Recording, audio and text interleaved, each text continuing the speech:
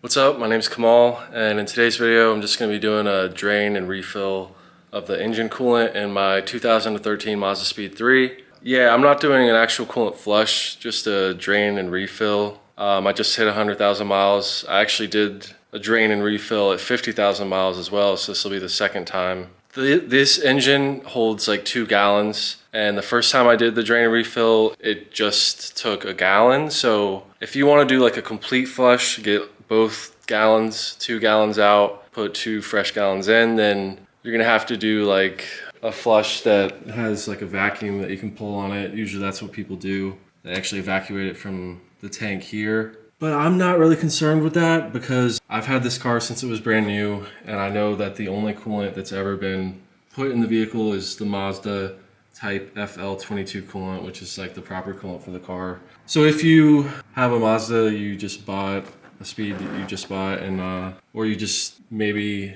know that improper coolant was put in the system at some point, then yeah, I recommend doing the flush to get out that improper coolant and refill it with all the correct FL22 coolant. I don't even have a machine to do that kind of coolant change, so this just works and it's easier for me. And yeah, like I said, it's just to keep some fresh coolant in there. Just, you know, change out half of it. It's not a bad idea. And this is actually really easy, so yeah, the first thing we'll do is actually remove the cap of the reservoir. And I guess it goes without saying, you know, don't do this with the engine steaming hot. You want to let it cool down a little bit, or it could kind of overflow on you.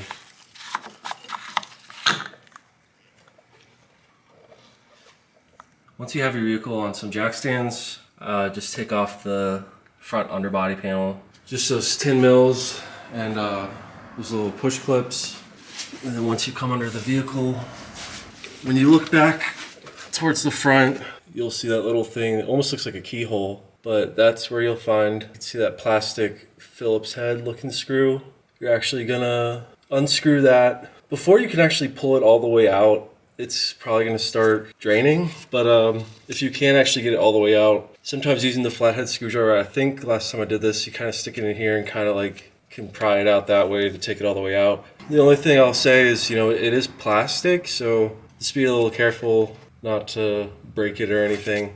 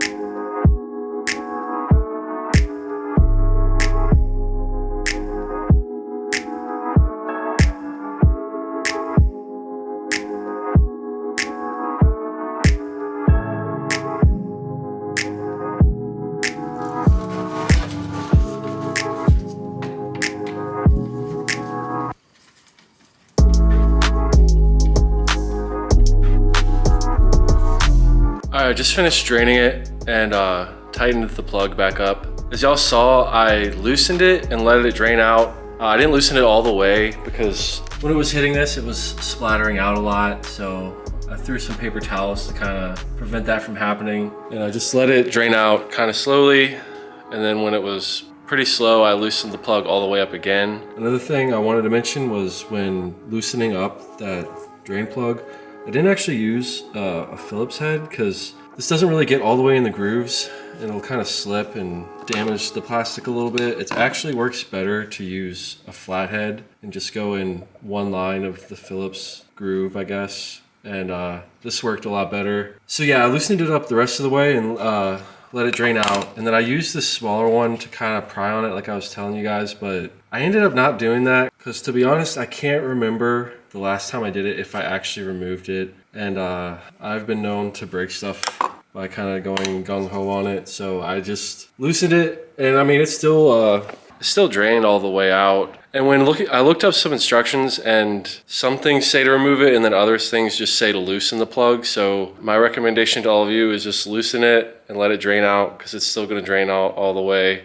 The only point of taking it out is just to look at the plug itself, but to just avoid risking breaking anything, loosening it just worked fine. Then when tightening the plug back down, I looked up the spec. It's 1.2 to 1.5 Newton meters, which is 11 to 13 inch-pounds. So I don't even have anything that goes that low. Yeah, don't tighten it down too much.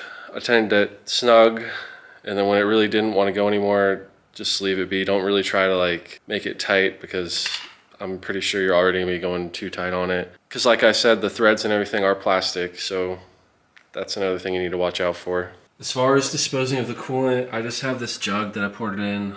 I'll put the cap back on this, because some auto parts stores will let you dispose of coolant, and then also some like scrap yards also dispose of coolant as well. So yeah, just try to find somewhere to dispose of it properly, and don't just pour it outside or something, because that's not cool, because I know some people go about it that way. So next thing, I'm gonna just fill the coolant system up, and then we'll do the bleeding procedure. So after tightening that screw back down, I actually sprayed that whole area with brake clean. You can see it's clean now because the coolant is dripping down in that area. So now when we refill it with coolant, we can just make sure that it's not actually leaking out of there.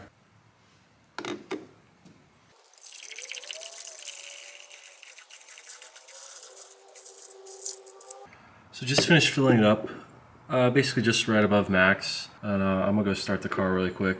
I just finished doing the whole bleeding procedure, which I can put that up on the screen for you guys right now instead of explaining it. And I didn't want to have y'all sit through all of that. So what I did after topping off the coolant was I started the car and let it idle until the little blue coolant icon went away, so I knew it was somewhat warmed up. And then I did that procedure, idling it to 2500, and I just did that for 2 minutes. But before doing it a second time, I figured I'd just go check the coolant. So came out, checked the coolant, and it was already, basically there was almost no coolant left in the whole reservoir. It was like right at the bottom at that hose. So I just turned the car off, let it cool for a little bit, and figured I'd just top it up already instead of having it get even lower. The other thing I did was I just went under the car and checked the plug to make sure it wasn't leaking and everything was all good there. So topped it back up, same way I did before, a little bit above the max, and then I did the full bleeding procedure that time. I did it to 2500 RPM for 2.5 minutes, idled it 2500 RPM again for 2.5 minutes, idled the car for a little more, and then went to 3K and held that for 5 seconds. And I did that twice, like it says to do. So it is a lot of just sitting in the car, holding it at those RPMs. And now you can see it was a little bit below the min. Since it's still hot, obviously the level's a little higher. When the car actually cools down, the level will go even lower. So I'm gonna let it cool off, and then I'll top it off again. And then I also went and checked the plug one last time, and it's all good, no leaks. And I remember last time I did this, I drove the car for a few days and just kept checking the coolant, and it did drop just a little bit, not below the min mark or anything, but it did drop a little more. And I had used the whole gallon, so I actually had to go buy another gallon, which this was a while ago, but I still have that gallon just so I could top it up a little bit more. So we'll see what happens. I recommend you guys do that too after you drive it a couple days, because actually driving the car I think is a little different than just sitting here idling it, because the fans didn't kick on or anything, so it didn't get that hot. But yeah, I would just check it again even after you do all the bleeding procedure in a week or whatever. So yeah, if you guys could like the video and subscribe to the channel, that helps me out and I appreciate it. Hope this video was helpful to anybody who's been thinking about doing this as well. So yeah, see you guys in the next one. Peace.